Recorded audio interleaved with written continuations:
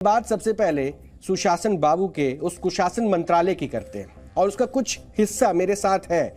ये हलफनामों की पूरी कहानी है जो उन्होंने एमएलसी चुनाव से पहले पेश किया था कार्तिकेय कुमार ने, और ये कोर्ट का ऑर्डर है। इसको आगे मैं आपके बीच में रखूंगा, इसका विश्लेषण भी करूंगा, लेकिन ये जानिए कि हमारे देश में अपराधियों का नेता बन जाना कोई बड़ी बात नहीं है, बल्कि हर बड़ा अपराधी देश में नेता बनने का सपना देखता है।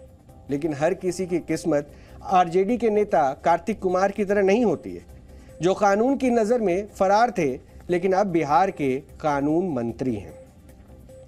बिहार कैबिनेट विस्तार की रस्म के दौरान जो मंत्री शपथ ले रहे हैं, ये जो तस्वीर आपके बीच में चल रही है, टीवी स्क्रीन पर चल रही है, यही है कार्तिक कुमार, जिन्हें मुख्यमंत्री नीतीश कुमार ने आरजेडी के कोटे से अपनी कैबिनेट में न सिर्फ जगह दी बल्कि बिहार का कानून मंत्री भी बनाया। कार्तिक कुमार की सबसे बड़ी काबिलियत यह है कि वो अपहरण के केस में आरोपी हैं और इस केस में जमानत पर बाहर हैं। इस केस में उन्हें मंगलवार को कोर्ट में पेश भी होना था। आप स्क्रीन पर देखिए वो हिस्सा जो आपको हम दिखा रहे हैं। कार्तिक कुमार के खिलाफ वारंट ऑफ अरेस्ट की ये कॉपी है, वारंट ऑफ अरेस्ट, जिसमें उन्हें 16 अगस्त 2022 तक सरेंडर करने का आदेश दिया गया है। लेकिन वो कोर्ट के बजाय राजभवन पहुंचे और मंत्री पद की शपथ ले ली। लेकिन उन्हें कानून मंत्री की कुर्सी पर बिठाने वाले नीतीश कुमार कह रहे हैं कि उन्हें तो ऐसे किसी वारंट के बारे में कुछ भी नहीं पता है, कोई जानकारी नहीं है। विधि मंत्री पे सवाल खड़े हो रहे हैं सर, उनके खिलाफ में वारंट है, मंत्री जिनको बनाए हैं तो वारंट जारी हुआ है सर कार्तिकेय पे। नहीं को नहीं पता, इसके बारे में जानकारी हमको। विधि मंत्री पे सवाल खड़े हो रहे हैं सर, उनके खिलाफ में वारंट है, मंत्री जिनको बनाए हैं तो वारंट जारी हुआ है सर कार्तिकेय पे। नहीं को नहीं पता, इसके बारे में जानकारी हमको। नीतीश कुमार कह रहे हैं कि उन्हें कार्तिक कुमार के खिलाफ जारी वारंट की कोई जानकारी नहीं है, लेकिन उन्हें यह पता होगा कि कार्तिक कुमार पर अपहरण जैसे गंभीर अपराध का मुकदमा दर्ज है। अगर नहीं पता था तो हम बता देते हैं। पटना के बिहटा थाना इलाके में राजीव रंजन नाम के एक शख्स का अपहरण हुआ था और इस मामले में 17 लोग आरोपी बनाए गए थे, जिनमें कार्तिक कुमार का भी नाम शामिल है। और इस केस में कार्तिक कुमार के अलावा बिहार के पूर्व विधायक और बाहुबली अनंत कुमार भी नामजद हैं। इस मामले में कार्तिक कुमार की अग्रिम जमानत याचिका फरवरी 2022 में ही हाई कोर्ट से खारिज की जा चुकी है। उन्हें कोर्ट के सामने सरेंडर करने और फिर कानूनी प्रक्रिया का पालन करते हुए बेल के लिए अप्लाई करने का भी निर्देश था। हालांकि कार्तिक कुमार ने अभी तक ना तो कोर्ट के सामने सरेंडर किया, ना ही जमानत के लिए अर्जी दी। इसके बाद 14 जुलाई को कार्तिक के खिलाफ वारंट जारी हुआ था, जिसमें उन्हें 16 अगस्त को कोर्ट में पेश होने को कहा गया था। लेकिन इसे इत्तेफाक ही समझिए कि नीतीश कुमार अपनी कैबिनेट विस्तार के लिए भी 16 अगस्त का ही दिन चुनते हैं, जिसके बाद कार्तिक कुमार दानापुर कोर्ट में अग्रिम जमानत की याचिका देते हैं और सरेंडर करने के लिए वक्त मांगते हैं और कार्तिक कुमार को कोर्ट में पेशी से छूट मिलती है। और ये देखिए, ये है वो कॉपी। इन तस्वीरों के बाद अब इस कॉपी को भी देख लीजिए, जिसमें दानापुर कोर्ट ने एक ऑर्डर दिया और इसमें साफ साफ जो आखिरी लाइन है, जिसको मैंने रेखांकित भी किया है, इसमें साफ लिखा गया है कि दिनांक 1/9/2022 तक नो कोरेसिव एक्शन, यानी किसी भी तरह की कोई गिरफ्तारी नहीं होगी। किसकी? कार्तिकेय कुमार उर्फ कार्तिकेय सिंह उर्फ मास्टर साहब, जो अब बिहार के कानून मंत्री हैं। ये कोर्ट का ऑर्डर है। वैसे कोर्ट मोकामा के थाना प्रभारी को कार्तिक कुमार के खिलाफ कोई भी एक्शन लेने से रोक देती है और ये दानापुर कोर्ट की जो कॉपी थी, ये मैंने आपको जो भी दिखाई, इसमें साफ साफ ये बताया गया, जिसमें पुलिस को आदेश दिया गया है कि कार्तिक कुमार के खिलाफ 1 सितंबर तक किसी भी प्रकार की दंडात्मक कार्रवाई ना किया जाए। कोर्ट का ये आदेश 12 अगस्त का है, क्योंकि ये तारीख भी यहाँ पर मेंशन की गई है और ये 12 अगस्त का यहाँ पे सिग्नेचर है बाकायदा, और इसमें ये बताया गया है 12 अगस्त की ये कॉपी है, जिसमें 1 सितंबर तक का स्टे है, यानी कोई कोरेसिव एक्शन नहीं, यानी किसी तरह की कोई गिरफ्तारी नहीं होगी। वैसे ऐसा लगता है कि बिहार के पूरे सिस्टम ने तय कर लिया था कि महागठबंधन की सरकार में अगर कानून मंत्री कोई बनेगा तो वो कार्तिक कुमार ही होंगे, और हुआ भी वही है। फिर मैं बड़ा सवाल उठाना चाहता हूं, नीतीश कुमार जी, आपके कानून मंत्री कोर्ट की प्रक्रिया से खिलवाड़ कर रहे हैं। उनका एंटीसिपेटरी बेल पटना हाईकोर्ट के द्वारा 2017 के फरवरी में, आज से 5 साल पहले से अधिक, रिजेक्ट कर दिया गया। वो सरेंडर नहीं करते हैं।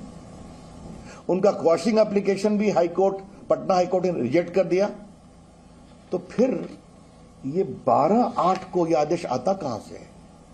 ये इसलिए आया कि उनका मामला हो गया था मंत्री बनने का और उनको 16 अगस्त को सरेंडर करना था। तो मंत्री कैसे बनते? तो 16 अगस्त सरेंडर नहीं किया तो उन्होंने ये एक ऐसा आदेश दिखाया है जो गैर कानूनी है, नल एंड वॉइड है। और मेरी अपेक्षा होगी पटना हाईकोर्ट से बहुत विनम्रता से इस मामले की जांच कराई जाए। इससे बड़ा मजाक और क्या हो सकता है कि जिस आरोपी पर कानून का शिकंजा कसना चाहिए था, अब बिहार का कानून खुद उस आरोपी के शिकंजे में आ चुका है। सवाल नीतीश कुमार की मंशा पर भी उठ रहे हैं, जिनके आशीर्वाद से कार्तिक कुमार कानून मंत्री के पद पर अब विराजमान हो चुके हैं, यानी बैठ चुके हैं। कार्तिक कुमार कौन है ये भी सबको पता होना चाहिए, इसलिए ये जानकारी भी हम आपके साथ साझा कर रहे हैं। कार्तिक कुमार इसी साल पहली बार एमएलसी बने और पहली बार में ही वो मंत्री भी बन गए। इससे पहले तक उनकी पहचान मोकामा के बाहुबली नेता अनंत सिंह के करीबी के तौर पर थी, जो फिलहाल जेल में बंद है। और आरोप यह भी है कि अनंत सिंह ने ही जेल में रहते हुए कार्तिक कुमार को एमएलसी बनने में मदद भी की थी। यानी बिहार की राजनीति में कार्तिक कुमार का अब तक ना तो कोई खास रुतबा था, ना ही कोई योगदान। तो आखिर कार्तिक कुमार की शख्सियत में नीतीश कुमार को ऐसा क्या दिखा कि कानून मंत्री उन्हें बना दिया गया, जबकि वो तो विधायक भी नहीं है। 8 साल से कानून से बचते रहे कार्तिक कुमार अब खुद को कानून मंत्री बनाए जाने का कैसे बचाव करते हैं, ये भी हम आपको सुनवाते हैं। सुशील मोदी ने आपके ऊपर एक आरोप लगाया, क्या करना? देखिए, हलफनामा में सब अपना मंत्री विधायक जितने होते हैं सब देते हैं, सब दिया हुआ है, उसमें कहीं कोई इस तरह की बात नहीं है। जिस मुकदमा को लेकर के इतना हाईलाइट किया जा रहा है, उस मुकदमा में कार्तिक कुमार नामजद अभियुक्त नहीं है। इनकी संलिप्तता किसी प्रकार से भी उस प्राथमिकी में नहीं बताया गया है। उस प्राथमिकी के बाद 10 महीना के बाद एक बयान 164 सीआरपीसी के तहत आता है, जिसमें कहा जाता है कि कार्तिक मास्टर को रास्ते में देखा गया।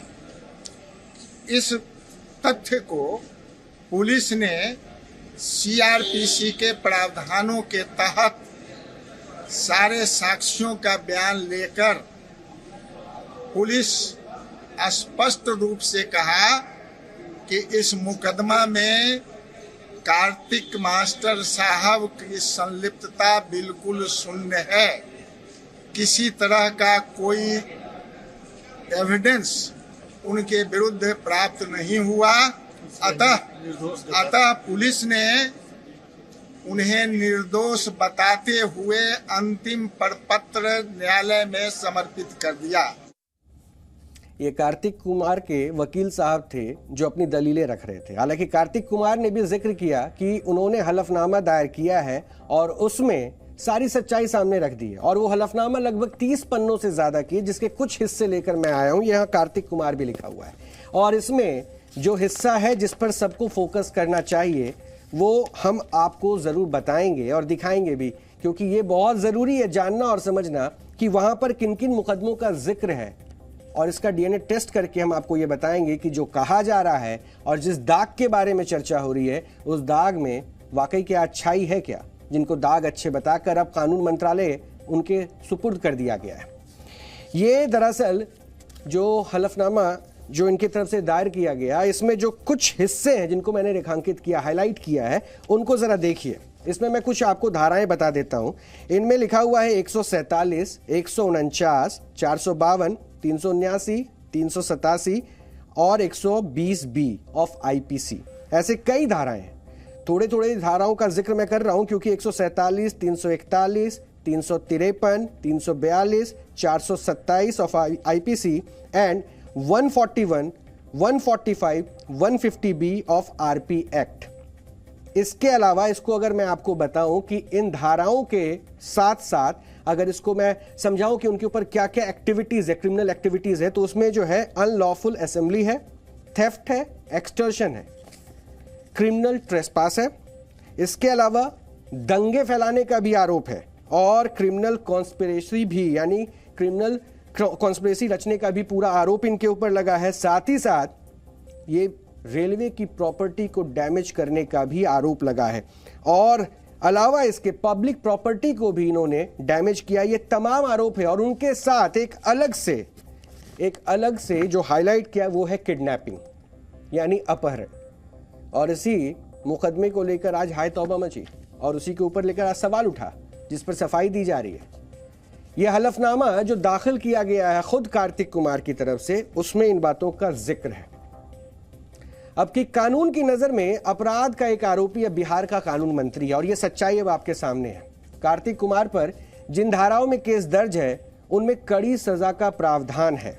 धारा 363 की बात जो मैंने की उसमें अपहरण आता है और इसमें 7 साल तक जेल हो सकती है। धारा 364 यानी कि हत्या की नीयत से अपहरण किया जाता है और उसमें भी कम से कम 10 साल और अधिकतम उम्र कैद की सजा का प्रावधान है। धारा 365 जिसका जिक्र अभी मैंने यहां पे किया, किसी व्यक्ति को बंधक बनाकर कैद रखना, जिसमें 7 साल तक की सजा का प्रावधान है। यानी अगर कार्तिक कुमार पर अपहरण का दोष साबित हो जाए तो उन्हें उम्र कैद भी हो सकती है।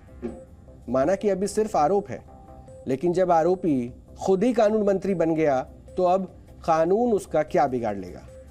बिहार में लगातार जो ये तस्वीरें दिखी उसके बाद बीजेपी इसे बिहार में जंगल राज का नया आगाज भी बता रही है।